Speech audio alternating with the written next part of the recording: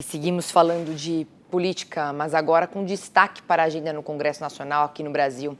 A semana começa com expectativa de 2 sabatinas na Comissão de Constituição e Justiça, a do ministro da Justiça, Flávio Dino, indicado para uma vaga no Supremo Tribunal Federal, e a de Paulo Gonet, para a Procuradoria-Geral da República. Os dois devem ser sabatinados na quarta-feira.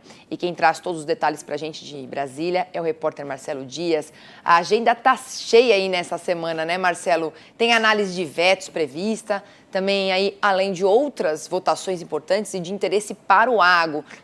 Quais são os destaques que você traz mais para a gente? Fala mais aí a respeito. Uma boa tarde para você.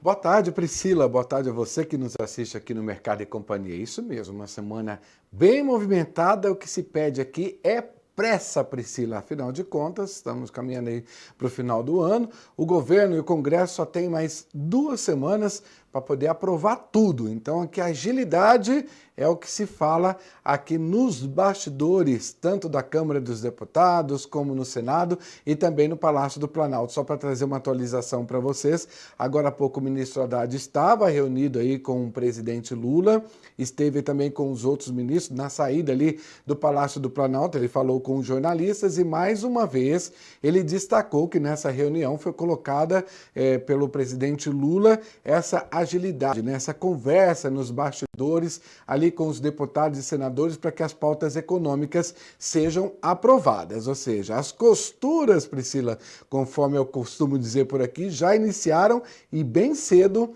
lá no Palácio do Planalto. A gente sabe que o ministro Haddad veio a semana correndo do Rio de Janeiro para cá para já iniciar essa conversa de bastidores, mas o que se parece no momento do que foi colocado nos bastidores e até numa coletiva rapidinha que o Haddad disse é que há sim uma grande comunicação entre o governo, os senadores e deputados para aprovação dessas pautas prioritárias e econômicas aí do governo federal.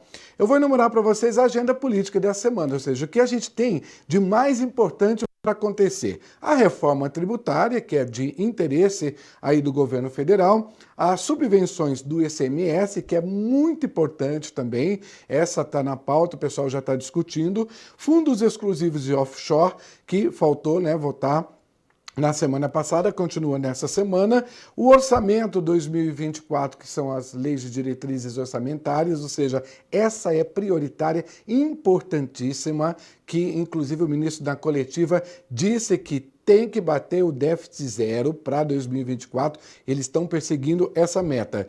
E, por último aí também, o veto à desoneração da folha de pagamento ficou para essa semana e a derrubada aos vetos do marco temporal, que é a grande expectativa, Priscila, para esta semana. Eu estive lá na Câmara dos Deputados e nos bastidores eu conversei com o economista Carlos Dias, que falou sobre essa questão das prioridades da votação e essa demora, principalmente na votação da LDO, que prejudica bastante o agronegócio. Vamos ver o que ele diz. O setor do agronegócio representa pelo menos 30% do PIB brasileiro e é responsável em torno de 52%, 53% das exportações do país.